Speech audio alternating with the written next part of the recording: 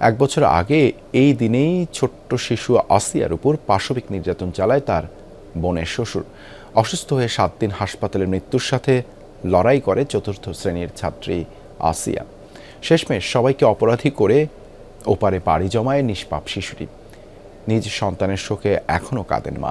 সেই সাথে এখনও আসামি হিট্টু শেখের ফাঁসির রায় কার্যকর না হওয়ায় ক্ষোভ প্রকাশ করেন স্বজনরা।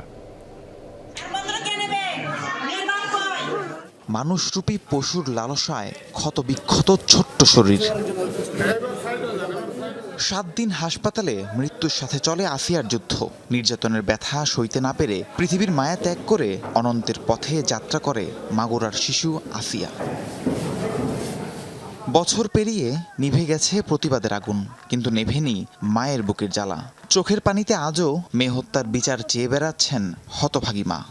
আমার তো সান্ত্বনা তো জানতেন, আমার বিচারটা দিয়ে তো আমার সান্ত্বনা দিতে পারতো যে আমি বিচার করেছি, সান্ত্বনা পাইছি এবং দেশের জনগণও শান্তি পাক যে না আছি আর এত কষ্ট করে আন্দোলন করছি, বিচারটা পাইছি, কিন্তু সে বিচারটাও আমি পাইনি। আসিয়ার খেলার সাথীরাও এখন জানে স্বজনরাও আর নিরাপদ নয়। লালসার বিষাক্ত থাবা আছে সবখানে। পাড়া প্রতিবেশীদের সাথে তারাও দোষীদের দৃষ্টান্তমূলক বিচারের দাবি জানাচ্ছে। ওর কথা সবসময়ের জন্যই আমার মনে পড়ে।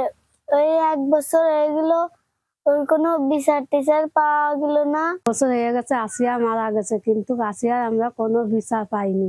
কিন্তু আমরা চাই যে আসিয়ার বিচার হোক। এর কোনো বিচারই আমরা দেখতে পাচ্ছি না। এর সুষ্ঠু বিচারটা আমরা দেখতে চাই। গত বছর 17 মে আসিয়া ধর্ষণ ও হত্যা মামলায় 3 আসামি জাহেদা বেগম, সজীব শেখ ও রাতুল শেখকে খালাস দেন আদালত। মৃত্যুদণ্ড দেয়া হয় আসিয়ার বোনের শ্বশুর হিটু শেখকে।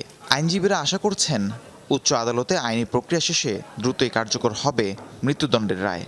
আমরা চাই যে দ্রুত সময়ের মধ্যে মহামান্য হাইকোর্টের যে আপিল নিষ্পত্তির জন্য রয়েছেন সেগুলো দ্রুত সময়ের মধ্যে কার্যকর করে তার পরিবারের সন্তুষ্টি এবং বাংলাদেশের যা সাধারণ জনগণের যে ইচ্ছা এবং আশা করেছিল সেটা একটা দৃষ্টান্ত স্থাপন হোক।